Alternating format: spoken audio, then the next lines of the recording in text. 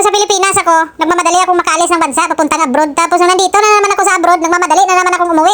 Sa sobrang pagmamadali kong umuwi, naabot ako ng 8 taon, hindi pa nakauwi. Oh, buhay abroad! So, nag-iba na ang mindset ko ngayon. Hindi ako uuwi hanggat hindi ako magminupos. O diba guys? Dumabuktot na tayo sa trabaho, pero wala pa rin ganang umuwi. So, ganito tayong mga ambisyosa guys. Wala na tayong ganang umuwi. Minsan hindi ko rin maintindihan ang sarili ko. Tayo ang nagtatrabaho, pero tayo ang walang pera. Nakakatamad na rin magtipid kasi wala din namang natira. Palagi namang abonado. Ay, pera sa piyan mo ako. Ako kasi mukhang pera ako dahil ambisyosa ako eh. Kailangan kong kumayod, kailangan kong magtrabaho dahil gusto ko pang mabuhay sa mundo. Ay, hindi ko pa nakilala ang magiging biyanan ko. May nagsabi kasi hindi daw mahalaga ang pera sa tao dahil hindi daw yan madadala sa langit pag mamatay na. Sana all makakyat sa langit. Kami hanggang purgatorio lang. Alam nyo guys, sa panahon ngayon, kung wala kang pera, hindi ka mahalaga. Kaya kailangan kumayod tayo. Kailangan natin magtrabaho para mayroon tayong pera. Para mayroon tayong halaga sa paligid. Hay nako, mindset ba? Mindset. Oh, ikaw, kung yun ang gusto mo. Kung hindi pala mahalaga ang pera sa'yo, di magpakamatay ka sa gutom. Kaya malungkot talaga ang buhay ko guys pag wala akong pera. Bakit ikaw ba? Maging masaya ba ang buhay mo na wala kang pambili ng pagkain? Nagakutoy ang tiyan mo sa gutom? Di ba hindi? Ay naku, ang kilala ko nga masyadong ipokrita sa buhay ba? Kunwari ba hindi mukhang pera? Di ba guys? Maging masaya na lang tayo sa kasiyahan ng iba. Maiksi lang ang buhay natin dito sa mundo para maging malungkot. Kaya ako, mga idiputa na problema na yan. Sila na ang problema sa akin, tandaan nila yan. Wala silang karapatan saktan pagkababae ko. Lalo ng mga hayop na mga bayarin na yan.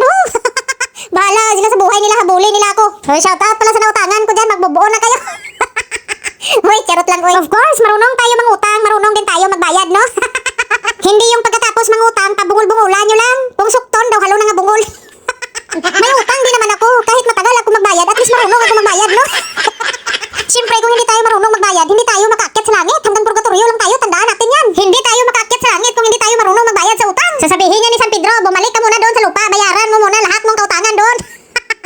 Sa mga nagsasabi pala dyan, nahayahay lang daw ang trabaho ko dito sa abroad dahil gala-gala lang daw, muha ng malunggay, bayo di punggol. Kung alam niyo lang trabaho ko dito, daw mabugto ang mayor kong augat.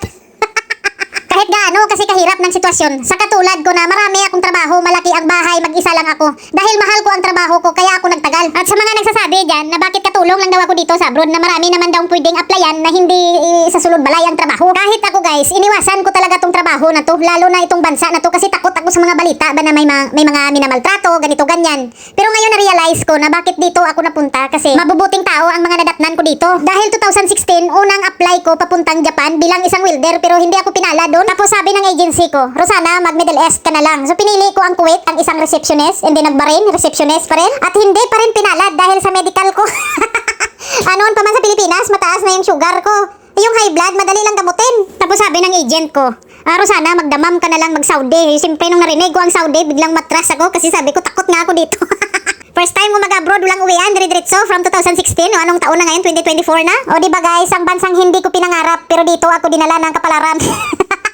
Pero bago ako nakaalis ng bansa, yun di punggol daw tiki, kung ako anggol daw. Grabe rin ang karanasan ko sa pag-diet. Yun di punggol, yung bang nagkasanayan mong kainin, hindi mo na makain. Dati parang hindi ko maintindihan ang mga bagay-bagay sa paligid, yung mga nangyayari sa buhay ko. Sabi ko, bakit ba ito nangyari sa buhay ko? Sa kadami-daming tao sa mundo, bakit ako pa? Ganon ako dati. Di ba, ang sama ko, nandamay pa ako ng ibang tao. Pero ngayon ko natanto na lahat naman talaga na nangyari sa buhay natin, may mga rason, may mga dahilan. Kahit ganito lang ang mukha ko nga daw takaban na kuring mundo, marunong naman ako mag-pray. Nag-pray ako, sabi ko, Lord, kung nabigo man ako sa una kong naging desisyon sa buhay, at kung darating man ang panahon na makapag-desisyon ulit ako, sana nasa tamang sitwasyon na. Hindi po, tado sa piho lang. Hindi ba guys, minsan nakakatakot na rin magtiwala, no? So ayan na naman tayo. At minsan sa sobrang pagod, doon ko maisip na sabi ko, ang hirap pala mag-isa, no?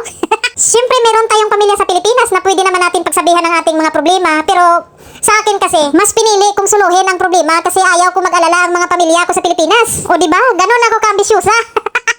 So advice ko sa mga kababayan ko dyan, kahit gaano ka busy, huwag natin kalimutan kumain, magpahinga muna. Dahil tayong mga naririto sa abroad, maraming umaasa sa atin. Kaya kailangan natin malakas lagi ang pangangatawan. Oh, nag-advise ang masakiton.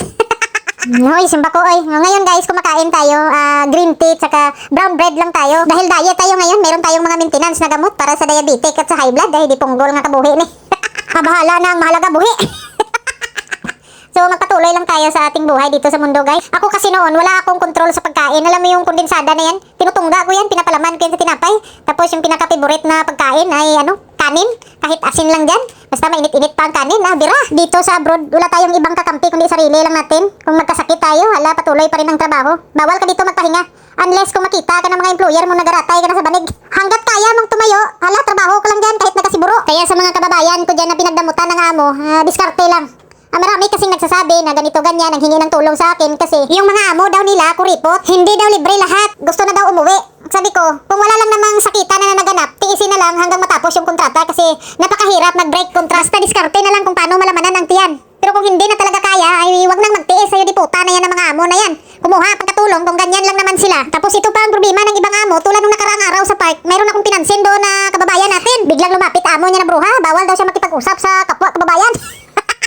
Mga yudiputa, klase amo.